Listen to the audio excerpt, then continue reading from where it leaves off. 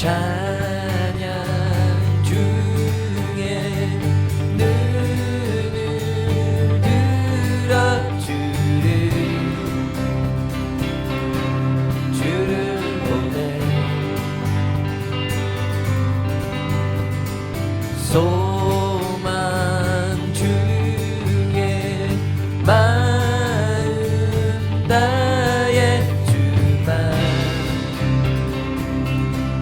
나바라네 주님을 볼 때 나에게 힘주시네 주님만의 모든 두려움 사라져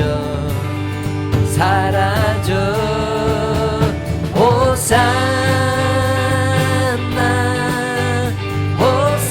호산나 구원의 주 하나님 찬양 받으실 주님 호산나 호산나 내 안에 임하셔서 주님의 뜻 이루소서 주께 드릴 마음 다한 기도 들으소서 주의 나라 상한 영혼들을 새롭게 주님을 볼 때 나에게 힘주시네 주님만의 모든 두려움 사라져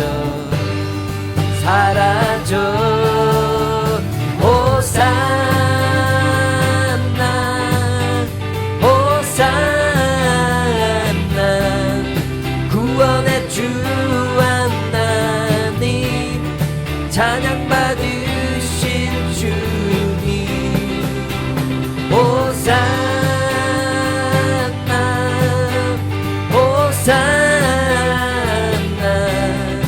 내 안에 임하셔서 주님의 뜻 이루소서 호산나 호산나 구원의 주 하나님 찬양 받으실 주님 호산나 호산나 내 안에 임하셔서 주님의 뜻 이루소서 힘차게 은밀한 곳 조용한 곳에 주님 그곳에 계시네 은밀하게 조용하게 주님만을 기다리리 주를 더 알기 원하네 주 알기 원해 그 섬듣기를 간절히 원하네 주 보기 원해 주님을 만나기 간절히 원하네 주께 받을 상을 바라며 저 높은 곳을 올라가 어려움과 모든 장애 물리치고 달려가리 주를 더 알기 원하네 주 알기 원해 그 음성 듣기를 간절히 원하네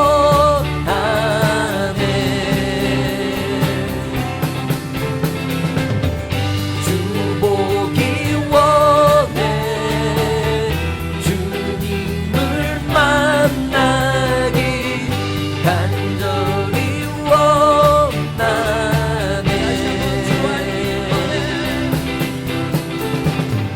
주 알기 원해 그 음성 듣기를 간절히 원하네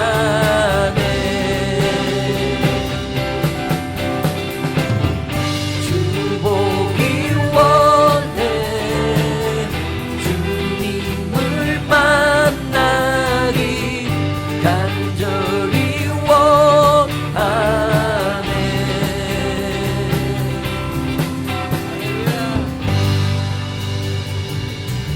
손에 박수 올려드립니다.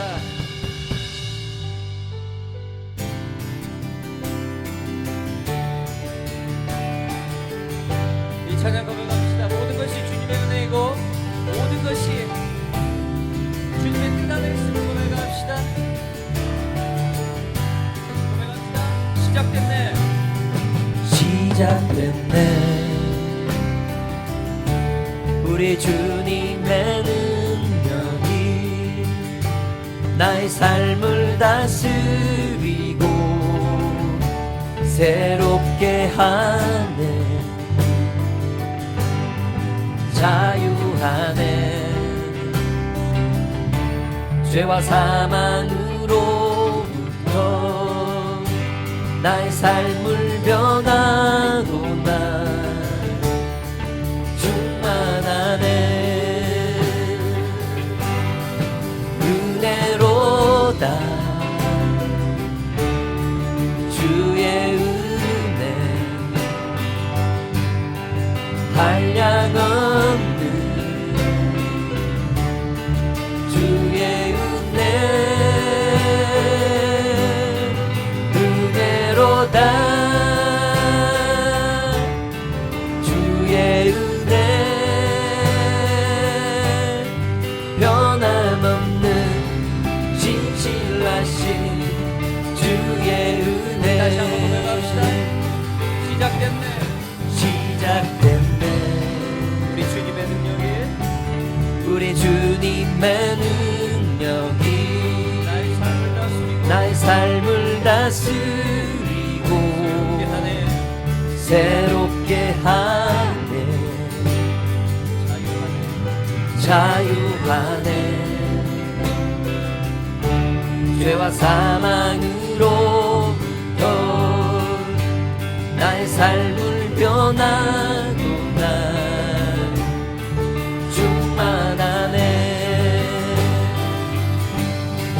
은혜로다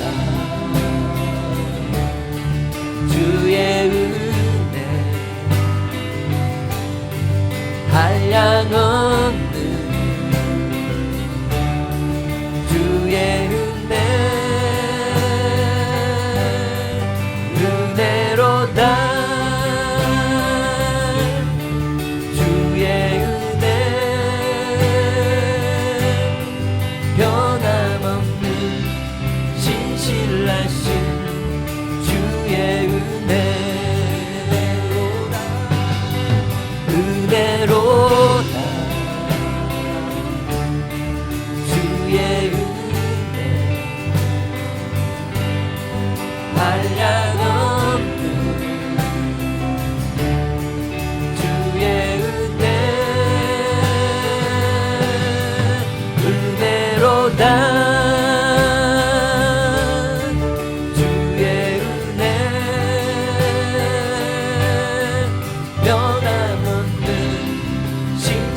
하신 주의 은혜 새로운 마음 주시고 예수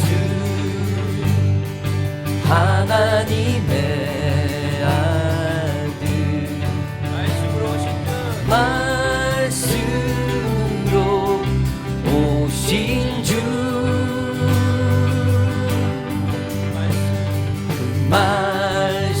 말씀을 믿는 자들마다 새로운 맘 주시네 우리의 마음 누리며 주의 말씀 앞에 나와 모든 우상들 다 버리고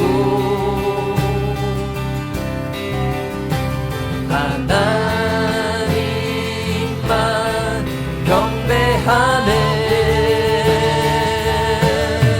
새로운 맘 주시고 주님의 성령을 부사 우리 안에 굳은 마음 제하여 주님의 마음 주소서 그리하여 내 삶이 주의 말씀 안에 거하며 주의 영광 주의 나라 드러나는 삶 되게 하소서 새로운 맘 주시고 주님의 성령을 부사 우리 안에 굳은 마음 제하여 주님의 마음 주소서 그리하여 내 삶이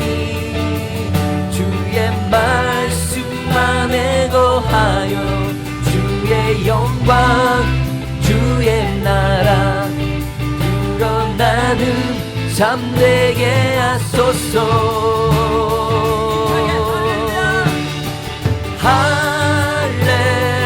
할렐루야 할렐루야 주님의 맘 주소서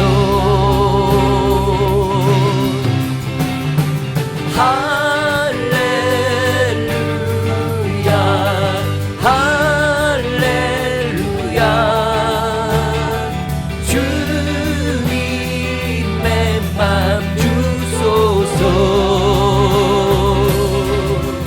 새로운 맘 주시고 주님의 성령을 부사 우리 안에 굳은 마음 제하여 주님의 마음 주소서 그리하여 내 삶이 주의 말씀 안에 거하며 주의 영광 주의 나라 드러나는 삶 되게 하소서 새로운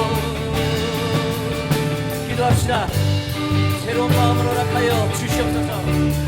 우리의 상한 심령을 붙드시고 하나님 앞에 온전한 회복이 있는 그런 예배가 되게 하여 주시옵소서라고 이 시간 통성으로 주님 앞에서 새로운 마음을 갖게 해달라고 기도하겠습니다. 기도하겠습니다.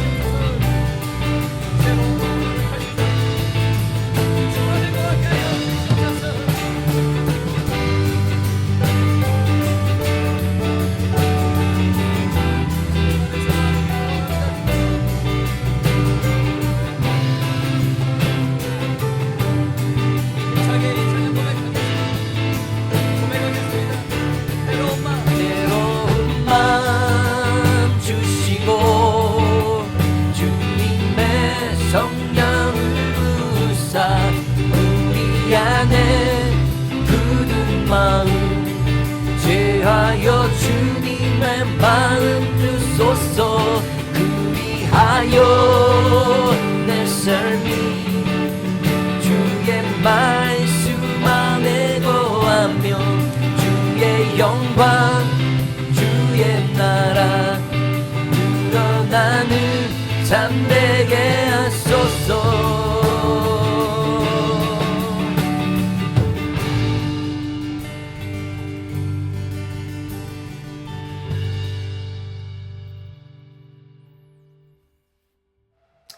성경 말씀 봉독하겠습니다. 여호수아서 20장 1절로부터 9절 말씀 함께 봉독하겠습니다. 여호와께서 여호수아에게 말씀하여 이르시되 이스라엘 자손에게 말하여 이르기를 내가 모세를 통하여 너희에게 말한 도피성들을 너희를 위해 정하여 부지 중에 실수로 사람을 죽인 자를 그리로 도망하게 하라. 이는 너희를 위해 피의 보복자를 피할 곳이니라. 이 성읍들 중에 하나에 도피하는 자는 그 성읍에 들어가는 문 어귀에 서서 그 성읍의 장로들의 귀에 자기의 사건을 말할 것이요 그들은 그를 성읍에 받아들여 한 곳을 주어 자기들 중에 거주하게 하고 피의 보복자가 그의 뒤를 따라온다 할지라도 그들은 그 살인자를 그의 손에 내어주지 말지니 이는 본래 미워함이 없이 부지 중에 그의 이웃을 죽였습니다. 그 살인자는 회중 앞에 서서 재판을 받기까지 또는 당시 대제사장이 죽기까지 그 성읍에 거주하다가 그 후에 살인자는 그 성읍 곧 자기가 도망하여 나온 자가 성읍 자기 집으로 돌아갈지니라 하라 하시니라. 이에 그들이 납달리의 산지 갈릴리 게데스와 에브라임 산지의 세겜과 유다 산지의 기럇 아르바 곧 헤브론과 여리고 동쪽 요단 저쪽 르우벤 지파 중에서 평지 광야의 베셀과 갓 지파 중에서 길르앗 라못과 므낫세 지파 중에서 바산 골란을 구별하였으니 이는 곧 이스라엘 모든 자손과 그들 중에 거류하는 거류민을 위하여 선정된 성읍들로서 누구든지 부지 중에 살인한 자가 그리로 도망하여 그가 회중 앞에 설 때까지 피의 보복자의 손에 죽지 아니하게 하기 위함이라. 이것은 하나님의 말씀입니다.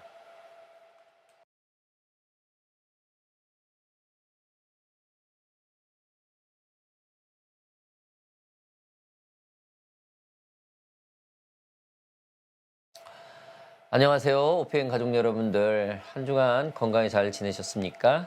이번 주는 추석이 있었습니다. 한국은 그 고유의 명절이고 긴 여유가 겹쳐서 더욱 풍성하고 좋은 추석을 보내고 계셨을 줄 믿습니다. 이곳 호주는 추석의 개념이 한국인과 일부 아시아인들의 축제여서 가족과 교회 모임에서의 절기만을 보내고 있습니다. 즉 조촐하게 아시아인들끼리 보내고 있다는 뜻이죠. 아무튼 무엇보다도 추석이 하나님께 감사드리는 뜻을 잃지 않는 우리 모두가 되기를 주님의 이름으로 바랍니다. 자, 우리는 지금 여호수아 시리즈를 공부하고 있죠. 지난 시간에 우리는 단족속이 스스로 겸비하여 그들의 이름을 가나안 땅에 새기는 모습을 보면서 스스로 겸비하는 자의 축복이 얼마나 큰지를 우리는 함께 배웠습니다. 오늘은 하나님은 우리의 피난처라는 제목으로 함께 말씀을 나누어 보겠습니다. 자, 먼저 말씀을 초반을 좀 보겠습니다. 여호와께서 여호수아에게 말씀하여 이르시되 이스라엘 자손에게 말하여 이르기를 내가 모세를 통하여 너희에게 말한 도피성들을 너희를 위해 정하여 부지 중에 실수로 사람을 죽인 자를 그리로 도망하게 하라. 이는 너희를 위해 피의 보복자를 피할 곳이니라. 자, 오늘 말씀의 중심은 뭡니까? 도피성입니다. 자, 그러면 이 도피성이라는 게 과연 무엇이고 어떤 뜻을 의미를 했는지 먼저 이 도피성이라는 거를 좀 보겠습니다. 여호수아 20장은 생명을 보호하는 하나님의 공의와 은혜를 도피성을 통하여 보여주고 있습니다. 도피성은 뜻하지 않는 살인자가 도망하여 피해 보수자에게서 피할 성으로 지정된 곳이죠. 아무리 사람을 죽였다고 해도 그 사건의 진실이 지도자들에 의해서 정확히 밝혀지기 전까지는 그 어떤 피해자나 어떤 보복자에게 보호되어야 된다는 소리죠. 신명기 4장 41절부터 43절은 도피성을 위하여 지정할 성에 대해서 이렇게 증거하고 있습니다. 그때에 모세가 요단 이쪽 해 돋는 쪽에서 세 성읍을 구별하였으니 이는 과거에 원한이 없이 부지 중에 살인한 자가 그곳으로 도피하기 위함이며 그중 한 성읍으로 도피한 자가 그의 생명을 보존하게 하기 위함이라. 하나는 광야 평원에 있는 베셀이라 루벤 지파를 위한 것이요 하나는 길르앗 라못이라 갓 지파를 위한 것이요 하나는 바산 골란이라 므낫세 지파를 위한 것이었더라. 하나님께서는 모세를 통하여 요단 동편의 그 세 지파를 위하여 베셀, 길르앗 라못 그리고 바산 골란이라고 하는 세 성읍의 도피성을 지정하였습니다. 다른 사람의 피를 흘린 것에 대해서는 친족 중에 한 사람이 보수자가 되어 그 피를 요구했습니다. 만일 누군가가 의도적으로 살인할 마음을 가지고 공격하여 피를 흘린 것에 대해서는 자신의 목숨으로 그 피값을 치루어야 했던 것입니다. 그 당시에 사법제도는 정착되지 않았을 시대이기 때문에 가까운 친척이 죽은 자를 위하여 복수했습니다. 즉 가족 중에 누가 죽은 자가 있다면 일가 친척들이 그 복수를 감당을 했다라는 게겠죠. 하나님께서는 10계명 중에서 그 6계명에서 살인하지 말라고 분명히 언급을 하셨고 생명에는 생명으로 형벌을 받아야 될 것을 말씀하셨습니다. 출애굽기 21장에는 이렇게 말을 합니다. 그러나 다른 애가 있으면 갑되 생명은 생명으로 눈은 눈으로 이는 이로 손은 손으로 발은 발로 된 것은 된 것으로 상하게 한 것은 상함으로 때린 것은 때림으로 갚을지니라. 이것은 죄에 상응한 이상으로 복수하는 것을 금지하신 것입니다. 죄값을 공평하게 한다는 뜻이 담겨져 있습니다. 즉 어느 정도 피해를 본 자가 그 곱빼기 그 배나 되는 것을 요구했을 때는 안 된다라는 그런 공평성을 나눈 거겠죠.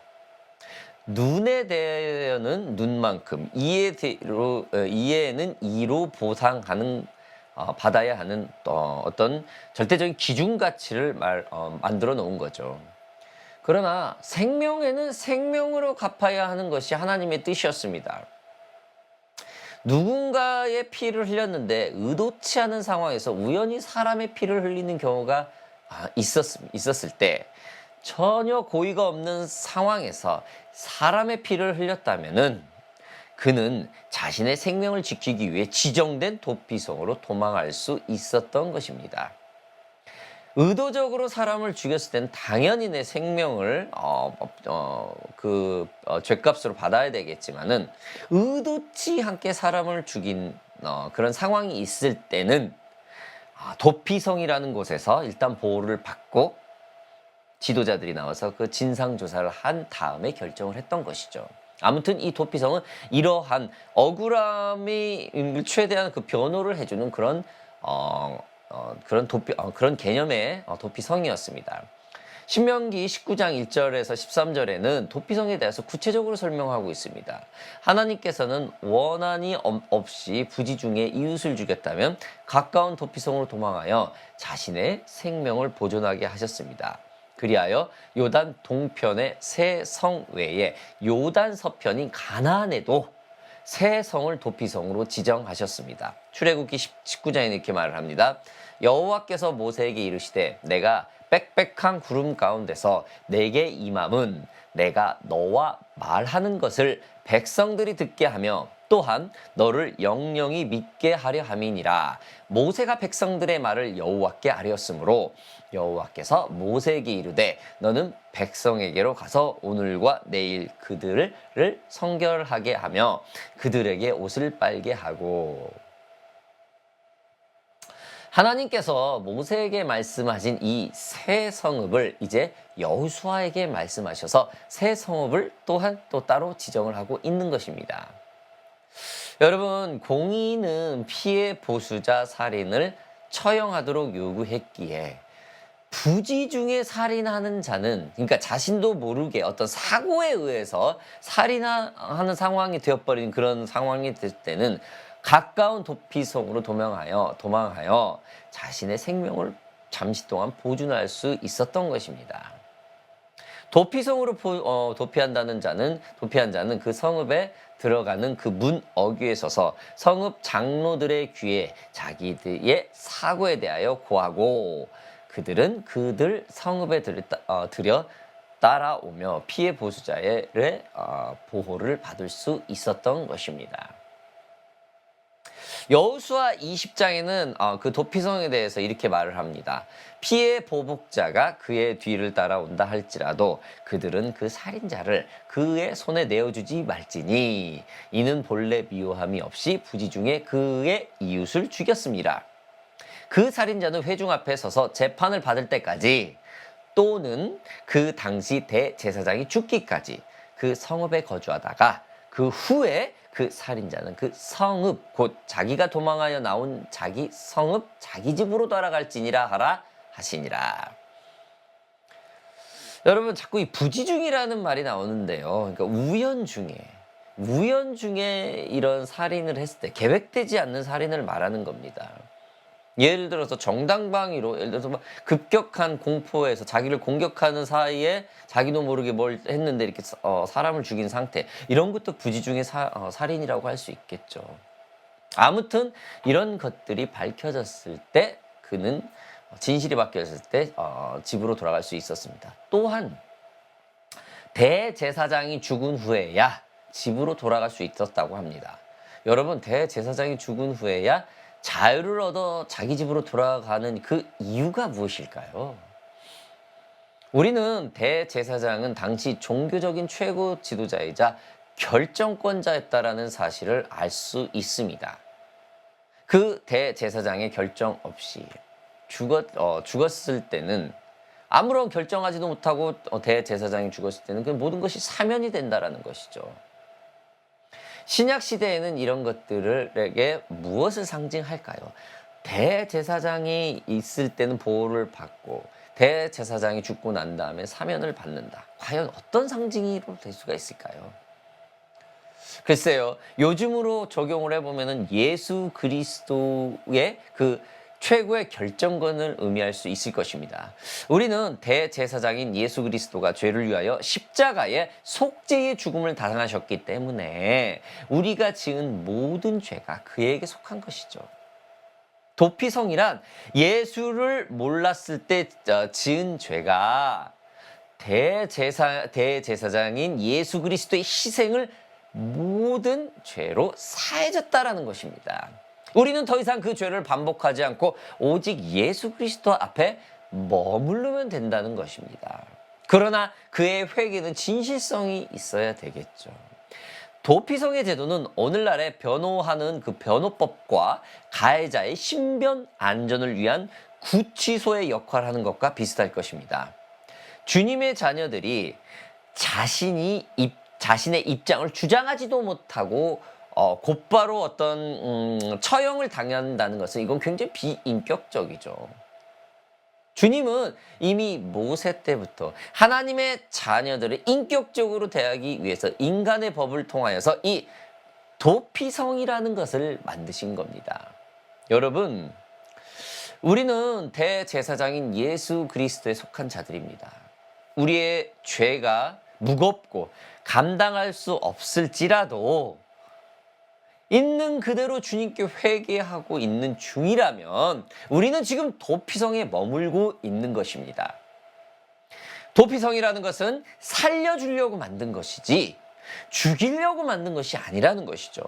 도피성에 온 자체가 기회라는 겁니다. 희망이라는 것이죠.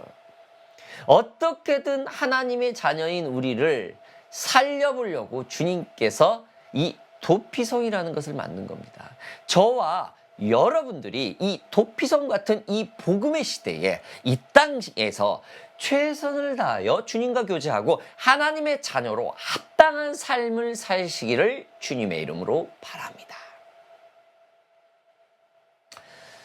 자, 이와 같이 도피성은 죽을 죄를 지른 자가 도피하여 생명을 보존되듯이 우리는 자신의 의도적이든 의도적이지 않든 어떤 죄를 지었을 때는 공의적인 부분으로 봐서는 반드시 죽어야 돼요. 그렇죠? 그러나 예수 그리스도라는 그 도피성으로 우리가 생명을 유지할 수 있는 것입니다. 지금 우리가 숨쉬고 있는 순간 하나님께 조금 더 회개할 수 있는 삶이고 하나님께 그 은혜를 갚을 수 있는 우리 안에 그 열정, 그 복음의 열정, 하나님의 선교를 할 수 있는 것이 바로 우리가 도피성에서 하나님께 반응하는 모습일 것입니다. 예수 그리스도가 우리의 도피성이 되셔서 누구든지 그분에게 대피하는 자를 주님은 구원하십니다. 예수 그리스도를 우리의 대제사장이시며 우리를 위한 희생이 제물이 되셨습니다. 저와 여러분들이 이런 예수 그리스도라는 도피성에 머물면서 이 땅의 생명이 다하는 날까지 최선을 다하여서 하나님 앞에 거하는 주님의 자녀가 되기를 주님의 이름으로 바랍니다. 자, 그러면은 우리가 지금 하나님은 우리의 피난처인 이 도피성들에는 도대체 무엇이 있을까요?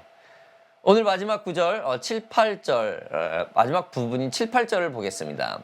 이에 그들이 납달리의 산지 갈릴리 게데스와 에브라임 산지와 세겜과 유다 산지의 기럇 아르바 곧 헤브론과 여리고 동쪽 요단 저편 루벤 지파 중에서 평지 광야의 베셀과 갓 지파 중에서 길르앗 라못과 므낫세 지파 중에서 바산 골란을 구별하였으니, 여러분 이스라엘 전체 땅에는 6개의 도피성으로 이름이 나열됩니다. 3개의 도피성은 요단강 동쪽에, 다른 3개의 도피성은 요단강 서쪽에 위치합니다. 지금으로 따지면 이스라엘과 요르단 쪽이겠죠. 아무튼 하나님께서 이 6개의 도피성을 만들라고 명령하신 이유는 이스라엘 전역의 도피성을 지정하여 누구든지 접근성을 높이기 위한 것입니다. 12족속 모두가 쉽게 그 도피성을 찾아갈 수 있다라는 것이죠. 마치 지금 예수 그리스도 무소부재한 예수님이 늘 우리 주위에 있던 것처럼 말입니다. 이처럼 하나님은 하나님의 자녀를 억울함에서 죽게 하지 않기 위해서 정말로 보편적인 도피성을 이렇게 당시에 깔아놓았던 것입니다. 각 도피성에는 당시에는 이스라엘 전역에 약 50km 안에 위치해 있었다고 합니다. 평균 시속 우리가 보통 그때 당시 걸음으로 5km 정도로 도보가 된다고 해요. 5km 정도 걸어서 10시간, 즉 하루 안에 도착할 수 있는 게 도피성이에요. 굉장히 보편적으로 퍼져 있었다라는 거죠. 즉 도피성에 이르기 전에 다른 이들로부터 보복을 당하지 않기 위함인 것입니다. 굉장히 하나님의 자상함을 볼 수 있죠. 자, 하나님은 우리의 왜 피난처가 되고 이 도피성이 6개가 있고 것을 우리는 살펴보았습니다. 오늘 마지막 구절을 보면서 이 도피성에 대해서 마지막으로 좀 살펴보겠습니다. 이는 곧 이스라엘 모든 자손과 그들 중에 거류하는 거류민을 위하여 선정된 성읍들로서 누구든지 부재 중에 살인한 자가 그리로 도망하여 그가 회중 앞에 설 때까지 피해 보복자의 손에 죽지 아니하게 하기 위함이라. 아멘. 여러분 3절에 이어서 도피성의 이 기능을 다시금 서술하고 있는 게 지금 본문의 마무리로 되고 있습니다. 우리의 주목을 끄는 이 특징은 도피성의 규정이 이스라엘 백성뿐 아니라 그들과 함께하는 다른 민족에게까지도 적용할 수 있다라는 것이죠.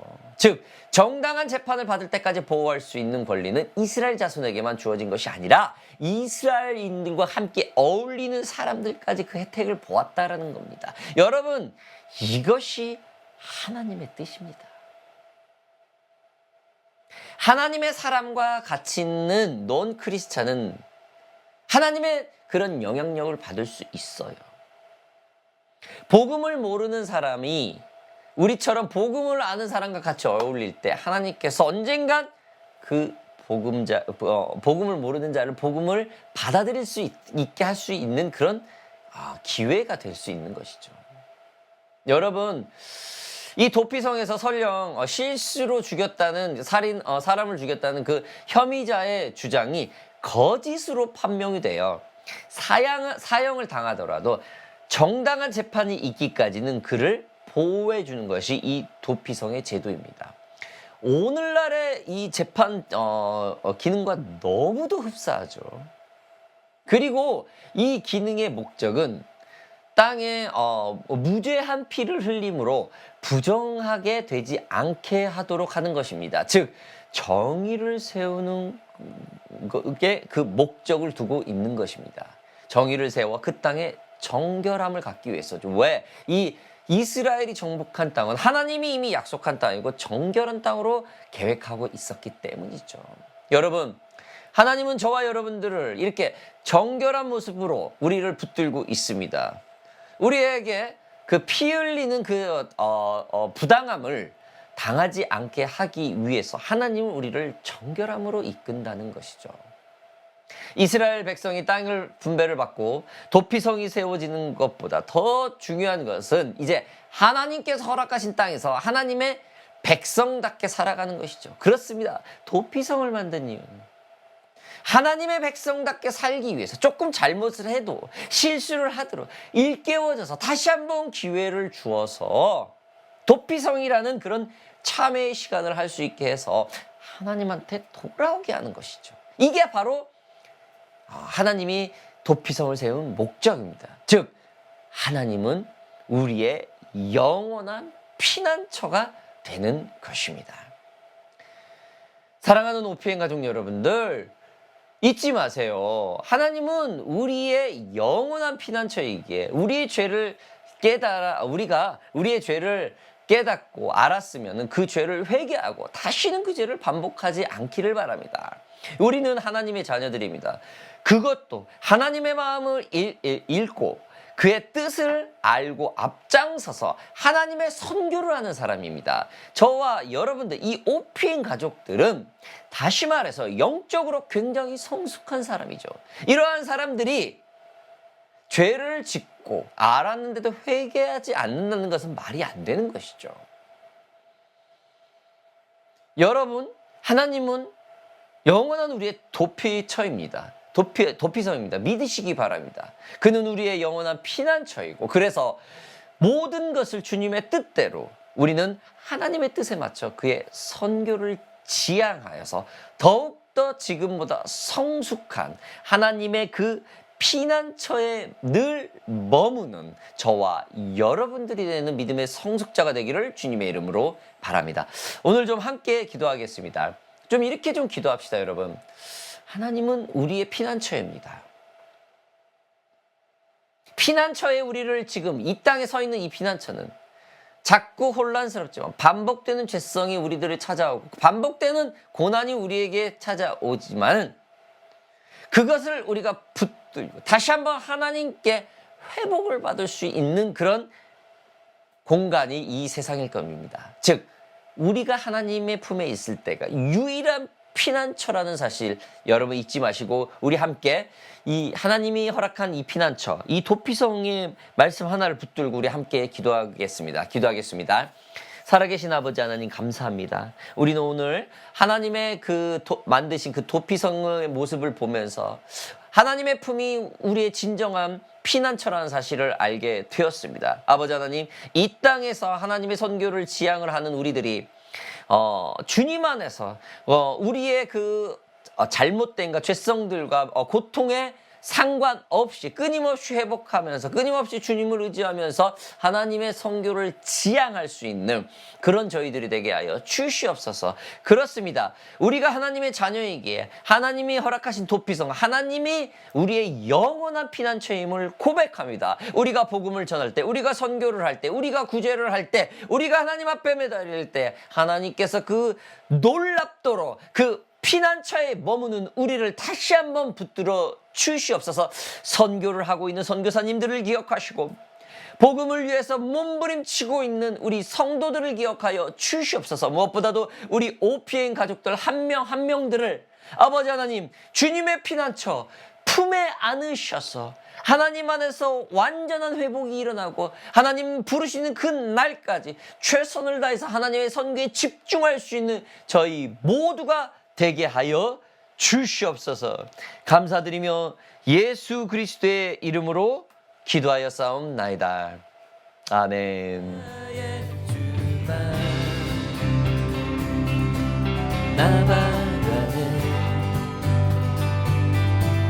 주님을 볼 때 나에게 힘주시네. 주님만의 모든 두려움 사라져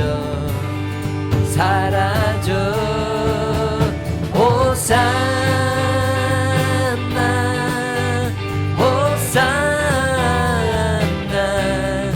구원의 주 하나님 찬양 받으실 주님 호산나 호산나 내 안에 임하셔서 주님의 뜻 이루소서. 주께 드릴 마음 담기도 들으소서.